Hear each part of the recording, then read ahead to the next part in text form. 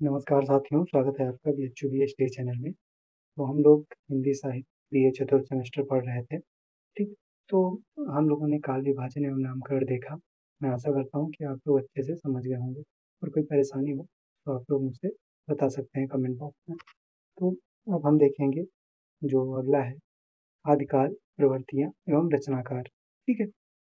तो हम लोग क्या करेंगे, पीवाईक्यू देखेंगे, ठीक है? और जितने भी पीवाईक्यू हैं उसको ही मैं सॉल्व कराते जाऊँगा और उसी से आपको कॉन्सेप्ट भी समझाता जाऊँगा, ठीक है? और यही प्रश्न बार-बार परीक्षाएँ में पूछे जा रहे हैं, तो आप लोग ये वीडियो देखिए और आराम से तैयारी कीजिए, ठीक है? तो आइए देखते हैं। इन आदिकाल की प्रमुख प्रवृत्तियाँ एवं रचनाकार, ठीक है? तो आदिकाल, अब हम लोगों को पढ़ना है आदिकाल, ठीक? तो ये पूर्व परीक्षा में जो प्रश्न पूछे गए हैं वे इस प्रकार हैं। आदिकाल में राष्ट्रीय साहित्य की प्रमुख विशेषताएं। तो हम लोग जो आदिकाल अभी पढ़ेंगे, अभी तो मैं आदिकाल का नामकरण पे बात कर रहा हूँ, ठीक है? अगली वीडियो में हम लोग आदिकाल का सामान्य परिचय देखेंगे, ठीक है? फिर उसके अंतर्गत हम लोग फिर सिद्ध साहित्य, नाथ साहित्य और जैन साहित्य, राष्ट्रीय साहित्य, लौकिक जो साहित्य है, ठीक है? इन सब पे हम लोग अच्छे से बात करेंगे, ठीक है? तो देखिए, सबसे पहला प्रश्न है, आदिकाल के नामकरण पर एक निबंध लिखिए, ठीक है? इससे हम लोग प्रारंभ करते हैं। ये मैंने आप लोगों को उसमें बताया भी है और उसमें मैंने शॉर्ट में बताया था कि आदिकाल को ये इन विद्वानों ने ये नाम दिया है, ठीक है? पर अब इसमें हम लोग देखेंगे कि ये नाम उन्होंने क्यों दिया है, ठीक है? तो ऐसे पूरा मूल्यांकन करके हम लोग देखेंगे और ऐसे ही अगर ये प्रश्न आता है तो आप लोग अपने उत्तर पुस्तिका में ऐसे ही आंसर भी लिखिएगा। तो आइए पहले प्रश्न से प्रारंभ करते हैं। 2017-18 में पूछा गया है, संपूर्ण हिंदी साहित्य को साहित्य इतिहासकारों ने, जो इतिहास लिखता है उसे इतिहासकार कहते हैं हम लोग, पर साहित्य का इतिहास लिख रहा है जो व्यक्ति, उसे साहित्य इतिहासकार कहेंगे, ठीक है? साहित्य इतिहासकारों ने प्रमुख रूप से 4 कालखंडों में विभाजित किया। जैसे मैंने आप लोगों को बताया है, हिंदी साहित्य को 4 कालखंडों में विभाजित किया गया है। आदिकाल, भक्तिकाल, रीतिकाल, आधुनिक काल। हिंदी साहित्य के पहले काल के नामकरण को लेकर विद्वानों में मतभेद रहे हैं। प्रत्येक विद्वान ने अपने हिसाब से हिंदी साहित्य के आदिकाल का नामकरण किया है, जो इस प्रकार है, ठीक है? यदि आप लोग ऐसा करते हैं कि ऐसे करके फिर आप लोग ऐसे ये सारणी बना देंगे अपनी परीक्षा में। इसमें से जो प्रमुख हैं वे आप लोग लिखिएगा। जैसे चारण काल, जॉर्ज ग्रियर्सन ने कहा। प्रारंभिक काल मिश्र बंधु ने कहा। बीज वपन काल महावीर प्रसाद द्विवेदी ने कहा। वीर गाथा काल आचार्य रामचंद्र शुक्ल ने कहा। राहुल सांकृत्यायन ने सिद्ध सामंत काल कहा। विश्वनाथ प्रसाद मिश्र ने वीर काल कहा। राम कुमार वर्मा ने संधि काल एवं चारण काल कहा। हजारी प्रसाद द्विवेदी ने आदिकाल कहा। ये सभी तो एकदम मुख्य हैं जो आपको लिखने ही हैं। ठीक है, बाकी आप जब आगे बढ़ेंगे तो आप लोगों से ये भी पूछा जाएगा, जय काल किसने कहा? तो रमाशंकर दुग्गल ने कहा। आधार काल सुमन राजे और मोहन अवस्थी ने कहा। अपभ्रंश काल धीरेन्द्र वर्मा और बच्चन सिंह ने कहा। उद्भव काल वासुदेव सिंह ने कहा और संक्रमण काल रामखिलावन पांडे ने कहा। ये तो हो सके तो सभी याद कर लीजिएगा तो अच्छा ही रहेगा, क्योंकि आगे भी आपको ये सब याद करना ही है। बाकी आप लोग ऊपर जो मैं आदिकाल तक बताया हूँ वो आपको लोगों के लिए ज़्यादा महत्वपूर्ण है। आइए देखते हैं। अब हम लोग देखेंगे कि जैसे ग्रियर्सन ने जो नामकरण किया वो उन्होंने ये नामकरण क्यों किया और इसकी क्या सीमाएँ हैं, ये सही है नाम या नहीं सही है, इन सब पे बात करते-करते हम लोग अपने उत्तर को लिखेंगे। जैसा कि हम जानते हैं कि हिंदी साहित्य में सर्वप्रथम काल विभाजन एवं नामकरण का प्रयास जॉर्ज ग्रियर्सन ने किया था। इनका पूरा नाम सर जॉर्ज अब्राहम ग्रियर्सन था, ठीक है? कभी-कभी 1 नंबर में पूछ भी लेता है कि जॉर्ज ग्रियर्सन का पूरा नाम बताइए। इन्होंने अपने ग्रंथ the modern vernacular literature of northern Hindustan, जो कि 1888 ईस्वी में प्रकाशित हुआ था, में हिंदी साहित्य के आरंभिक युग को चारण काल नाम दिया और इसका समय 700 ईस्वी से 1300 ईस्वी माना। इनका नामकरण भी विवादास्पद रहा, क्योंकि उस समय किसी चारण रचना या चारण प्रवृत्ति की रचना का उल्लेख ये नहीं कर पाए थे। अब चारण क्या होता है? तो चारण एक प्रकार की जाति थी, भट्ट जाति थी, तो जो पहले राजा लोग हुआ करते थे, ठीक है? तो उनकी प्रशंसा में ये लोग गीत गाया करते थे, रचना लिखते थे और उसे गाते थे। ये युद्ध पे भी जाते थे, ठीक है? तो ये इनका प्रमुख रूप से कार्य था, यशोगान करना राजाओं का। तो इस प्रकार की इन्होंने चारण का नाम तो दे दिया, पर ना ही किसी रचना को, ना ही किसी चारण प्रवृत्ति का इन्होंने अपने ग्रंथ में उल्लेख किया। इन्होंने बस चारण का नाम रख दिया ऐसे ही। फिर ग्रियर्सन के बाद मिश्र बंधुओं ने भी अपने इतिहास, मिश्र बंधु विनोद, जो कि 1913 ईस्वी में प्रकाशित हुआ था, में हिंदी साहित्य के कालों का नामकरण व काल विभाजन किया। इन्होंने हिंदी साहित्य के आदिकाल को आरंभिक काल कहा और इसे 2 वर्गों में विभाजित किया। ठीक है, पहला पूर्व आरंभिक काल, इसका समय वे संवत 700 से 1300 विक्रमी मानते हैं, और दूसरा है उत्तर आरंभिक काल, जिसका समय ये संवत अ,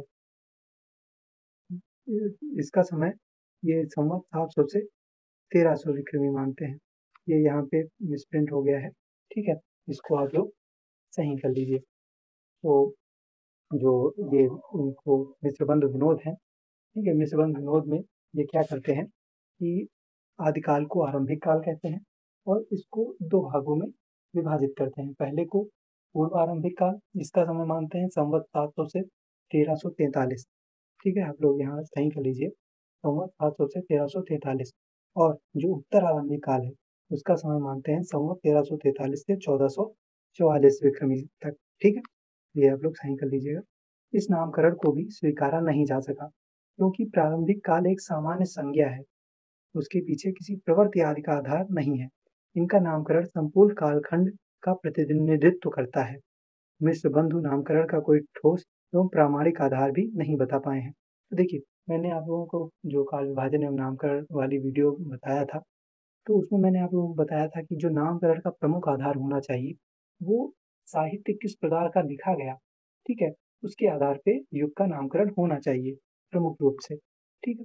तो जैसा कि हम लोग ये देख रहे हैं, इन्होंने प्रारंभिक काल या आरंभिक काल कहा और इसको 2 भागों में बाँट दिया। तो इससे किसी भी साहित्य चेतना का प्रवृत्ति का हमें आभास नहीं मिलता है। तो इसलिए इनका भी जो नामकरण है वो स्वीकारा ना जा सका। फिर मिश्र बंधुओं के पश्चात आचार्य रामचंद्र शुक्ल अपने साहित्य इतिहास ग्रंथ हिंदी साहित्य का इतिहास, जो कि 1929 ईस्वी में प्रकाशित हुआ। इसका सन आप लोग यहाँ नहीं लिखेंगे तो कोई दिक्कत नहीं होगा, पर 1 नंबर में पूछा जाता है और आगे भी आप आएँगे सीयूईटी देंगे, फिर यूजीसी नेट जेआरएफ देंगे, तो इन सब में ये सब चीज़ें बहुत पूछी जाती हैं, तो आप लोग सन ज़रूर याद रखिए। अभी से याद रखेंगे तो आपको आगे आसानी रहेगी।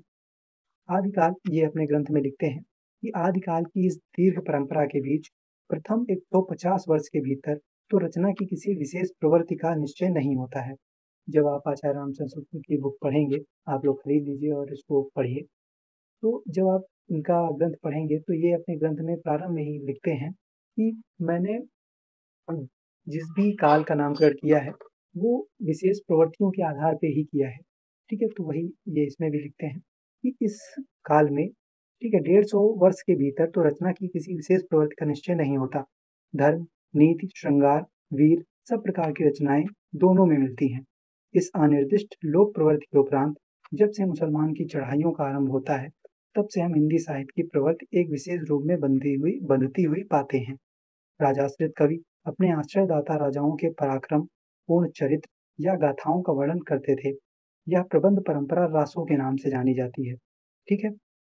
जिसे लक्ष्य करके हमने इस काल को वीर गाथा काल कहा। तो शुक्ल जी ये कहते हैं। तो ये कथन है, ये अपनी उनकी बुक से मैंने उठाया है, तो आप लोग इसे मत याद करिए, कोई दिक्कत नहीं है। शुक्ल जी ने साहित्यिक प्रवृत्ति के आधार पर काल का नामकरण किया है। इन्होंने प्रमुख 12 पुस्तकों को आधार पर इसका नामकरण किया है। इन्होंने 12 पुस्तकें चुनी, ठीक है? ये कौन-कौन सी 12 पुस्तकें थी, आप इसमें विवरण ना दें, कोई दिक्कत नहीं है। पर अभी हम लोग आगे पढ़ेंगे जब राष्ट्र साहित्य, ठीक है? तो उसमें मैं इनकी चर्चा करूँगा, विस्तार से चर्चा करूँगा। यह नामकरण भी संपूर्ण काल के साहित्य को प्रदर्शित नहीं कर पा रहा है, क्योंकि वीर गाथा काल नाम कहने से हम आदिकाल में लिखे जा रहे धार्मिक, संगारिक व लौकिक साहित्य के महत्व को एकदम शून्य कर दे रहे हैं। इस नामकरण से आदिकाल में लिखे जा रहे अपभ्रंश की अनेक साहित्यिक कृतियों की भी उपेक्षा हुई है। तो ये क्या है कि जो उन्होंने वीर गाथा काल नाम दिया आचार्य शुक्ल ने, ठीक है? तो ये भी जो आदिकाल में जितना भी साहित्य लिखा जा रहा था, तो आदिकाल में केवल वीरता का ही साहित्य नहीं लिखा जा रहा था। उस समय श्रृंगारिक भी साहित्य लिखा जा रहा था, धार्मिक भी साहित्य लिखा जा रहा था और लौकिक भी साहित्य लिखा जा रहा था। तो यदि हम वीर गाथा का नाम दे देंगे इस बुक को, तो हम फिर हमें उस नाम से केवल वीरतापरक रचनाओं का ही पता चलेगा, ठीक है? उसमें धार्मिक, श्रृंगारिक व लौकिक का महत्व एकदम शून्य हो जाएगा। इसीलिए इस नामकरण को भी हम इतना महत्व नहीं देते हैं। आचार्य शुक्ल के पश्चात राहुल सांकृत्यायन ने अपने ग्रंथ हिंदी काव्यधारा, जो कि 1945 ईस्वी में प्रकाशित हुआ, में आदिकाल को सिद्ध सामंत काल नाम से संबोधित किया। ये प्रश्न बहुत पूछा जाता है कि आदिकाल को शुद्ध सामंत काल किस विद्वान ने दिया? ठीक है, तो आप लोग ये आराम से कर सकते हैं कि राहुल सांकृत्यायन ने दिया। इनकी यह मान्यता थी कि इस कालखंड के जीवन, समाज पर, सिद्धों का और राजनीति पर सामंतों का एक अधिकार था। ठीक है, तो ये राहुल सांकृत्यायन मानते हैं कि जो आदिकाल है, ठीक है, तो जो धर्म और ये सब चीज़ों था, तो उसमें जो सिद्ध हैं, ठीक है, सिद्ध क्या होता है, नाथ क्या होते हैं, ये सब हम लोग विस्तार से चर्चा करेंगे। अभी आप लोग बस ये जान लीजिए, जो धार्मिक था, ठीक है, तो जो बौद्ध था, ठीक है, बौद्ध धर्म जो है, ठीक उसी से सिद्ध लोग अ, जब उस धर्म में विकार उत्पन्न हुआ, तो उसी से सिद्ध लोग बने। ये सब हम लोग आगे चर्चा करेंगे। और ठीक है, तो जो जीवन समाज था, उसपे सिद्धों का और जो राजनीति थी, उसपे सामंत थे, ठीक है? उनका एकाधिकार था। युगीन कवियों ने अपनी रचनाओं में सामंतों का यशोगान ही प्रमुख रूप से किया है। ऐतिहासिक परिप्रेक्ष्यों में इस कालखंड की अंतः यहाँ पे अंतः हुआ, इस कालखंड की अंतः बाह्य परिस्थितियों का अध्ययन करने पर भी उपर्युक्त दोनों वर्गों का दबदबा ही प्रमुख पाते हैं। ये राहुल सांकृत्यायन कहते हैं। तो काव्य में भी प्रमुखता सामंती वातावरण को ही रूपाकार दिया गया है। श्रृंगार आदि की प्रवृत्तियों का संबंध उन्हीं से है। ठीक है, तो ये कहते हैं कि जो सामाजिक जो चेतना थी, धार्मिक चेतना थी, उस पे सिद्धों का था और जो राजनीति था, ठीक है, उस पे सामंतों का एक अधिकार था। ठीक है, तो इसीलिए इन्होंने इस काल को सिद्ध और सामंत काल नाम दे दिया। इसका मूल्यांकन करते हैं तो देखते हैं, तो आप लोग चाहे ऐसे ही उत्तर लिख लीजिएगा तो मूल्यांकन करके पॉइंट वाइज भी लिख सकते हैं, चाहिए तो आप थ्योरी वाइज लिख लेंगे। तो मैंने शॉर्ट में बता दिया है यहाँ पे। तदयुकीन संदर्भ के अनुकूल नामकरण, ठीक है, जो उस समय का समाज था, ठीक है, उसके हिसाब से इन्होंने नामकरण किया है। किसी साहित्यिक प्रवृत्ति का अभाव, तो ये साहित्यिक जैसा कि आप लोग देख सकते हैं, ये समाज के आधार पे इसका नामकरण कर रहे हैं सिद्ध सामंत काल। यहाँ साहित्यिक प्रवृत्ति का अभाव दिखाई दे रहा है।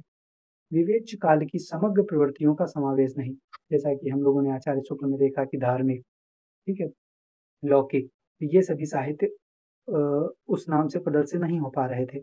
उसी प्रकार इसमें भी सभी प्रवृत्तियों का समावेश इस नाम में भी नहीं हो पा रहा है।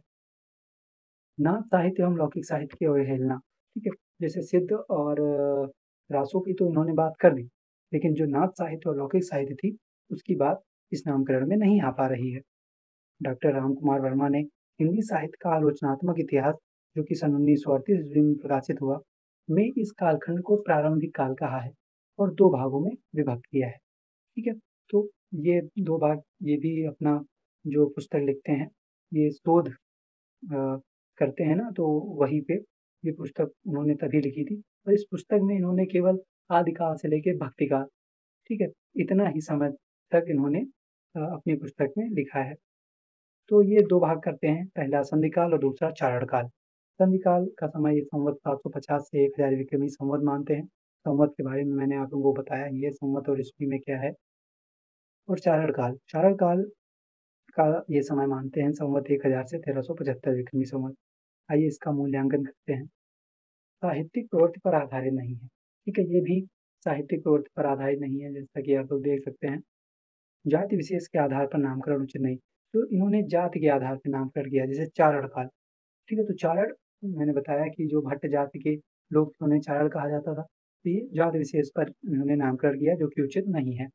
प्रामाणिक रूप से चारण रचना नहीं मिलती है, तो इन्होंने जो चारण का नाम तो दे दिया, लेकिन जो उस युग का साहित्य है, चूंकि 1000 ईस्वी का है और अभी हम लोग 2025 में जी रहे हैं, तो इतने साल पहले का साहित्य प्रामाणिक रूप से मिल जाना, ये बहुत ही अत्यंत ही दुर्लभ है, क्योंकि यदि किसी न किसी प्रकार से संग्रह हो भी जाता है, वो बच भी जाता है, तो उसमें जो परवर्ती जिनके पास वो ग्रंथ रहता है, वे उसमें हस्तक्षेप कर देते हैं और अपनी रचना उसमें भी लिख देते हैं, शामिल कर देते हैं।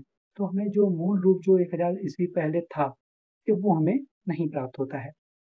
तो वही इसमें प्रामाणिक रूप से कोई चारण रचना नहीं मिलती है, तो इसलिए ये नामकरण भी इतना वो नहीं है। और संधिकाल ये नाम इसलिए देते हैं कि जो 750 संवत 750 ईस्वी का समय था, अगर ईस्वी में बदलें तो 693 ईस्वी हो जाएगा, 57 घटा देंगे। तो जो 693 ईस्वी का समय था, वो था अपभ्रंश भाषा जो थी, ठीक है, और हिंदी, हमारी जो अपभ्रंश भाषा है, जो कि संस्कृत से पाली, पाली से प्राकृत, प्राकृत से अपभ्रंश, फिर अपभ्रंश से हिंदी में रूपांतरित हुई। ये सब हम हिंदी भाषा का इतिहास जब पढ़ेंगे, तब बात करेंगे उस पे। ठीक है। तो इस प्रकार तो जो अपभ्रंश और हिंदी है, ठीक है, उसका ये संधिकाल था। तो इसीलिए जो आचार्य रामकुमार वर्मा है, वो इसे संधिकाल एवं चारणकाल नाम देते हैं। फिर अगला है, अन्य कई विद्वानों ने भी, अब अंतिम ही है हजारी प्रसाद द्विवेदी, अन्य कई विद्वानों ने भी आदिकाल को कई नामों से संबोधित किया है, किंतु सभी विद्वानों में से सबसे उचित नामकरण आचार्य हजारी प्रसाद द्विवेदी का माना जाता है। आचार्य हजारी प्रसाद द्विवेदी ने इस काल को आदिकाल नाम दिया और इसका समय सन 1000 ईस्वी से 1400 ईस्वी तक माना है। हालांकि द्विवेदी जी भी इस नाम को लेकर पूर्ण रूप से आश्वस्त न थे। यदि हम आदिकाल नाम की बात करें, तो यह नाम आचार्य शुक्ल ने पहले ही अपने ग्रंथ हिंदी साहित्य का इतिहास में प्रयोग किया कर चुके थे। तो ये जो आचार्य द्विवेदी कहते हैं, इसे हम आदिकाल नाम देते हैं, आदिकाल नाम से इसे हम जान सकते हैं। तो द्विवेदी जी स्वयं कहते हैं कि ये नाम एक प्रकार से देखा जाए तो पूर्ण रूप से सही नहीं है, क्योंकि आदिकाल से हमें ये सूचना मिल रही है कि कोई आदम ज़माने का हम लोग काल की बात कर रहे हैं। ठीक है, तो ये भी अपने नाम को लेके जो इन्होंने आदिकाल नाम दिया, पूर्ण रूप से ये भी उसका समर्थन नहीं कर रहे थे। ठीक है, तो लेकिन हाँ, वो कह रहे थे कि हाँ, यदि आप लोग इसे समझेंगे तो आप इसे आदिकाल कह सकते हैं। लेकिन ये जो आदिकाल इन्होंने शब्द प्रयोग किया, इस शब्द का प्रयोग आचार्य शुक्ल ने अपने ग्रंथ में पहले ही कर लिया था।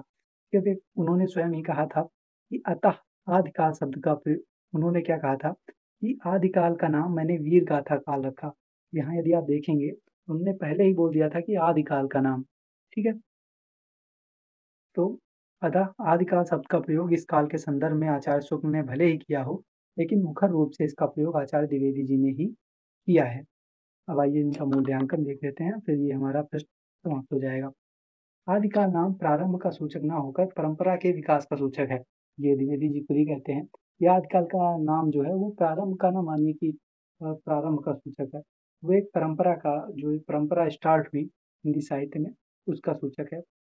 इस नाम से 7वीं 8वीं शताब्दी के बौद्ध सिद्ध नाथ योगियों के साथ वीर गाथा काव्यों और अब्दुल रहमान, विद्यापति तथा खुसरो, ये सभी कवि आएंगे, विद्यापति, खुसरो, अब्दुल रहमान, ठीक है, इन सभी को एक सूत्र में समेटा जा सकता है। तो जो ये नाम है, जो आदिकाल नाम है, ठीक है, तो इससे हम लोग 7वीं 8वीं शताब्दी में जो बौद्ध और सिद्ध हुए हैं, नाथ हुए हैं, और उसके बाद जो विद्यापति तथा खुसरो हुए हैं 13वीं शताब्दी में, ये तो इन सभी को हम लोग एक नाम के जरिए एक सूत्र में बांध सकते हैं। आदिकाल नाम में हिंदी काव्य रूपों एवं भाषा के अंकुरित होने का भाव भी समाविष्ट है। यह नाम परवर्ती साहित्यकारों ने स्वीकारा है। तो अब तो यह सर्वमान्य हो ही गया है कि हम लोग जो प्रारंभिक काल है हिंदी साहित्य का, उसे आदिकाल नाम से जानते हैं। तो ये अब सभी साहित्यकारों ने स्वीकार लिया है। अतः हम देख सकते हैं कि किस प्रकार से अलग-अलग विद्वानों ने आदिकाल को अलग-अलग नाम दिया है, और इसके पीछे का कारण सभी विद्वानों का साहित्य इतिहास दर्शन है। तो प्रत्येक चाहे वो लेखक हो, चाहे कवि हो, चाहे साहित्य इतिहासकार हो, ठीक है? सभी का अपना एक दर्शन होता है, अपने विचार होते हैं। तो उन्हीं विचारों के कारण ही सभी लोगों ने अपने-अपने हिसाब से इस काल का नामकरण किया है। तो ये हम लोगों ने आज देखा आदिकाल का नामकरण।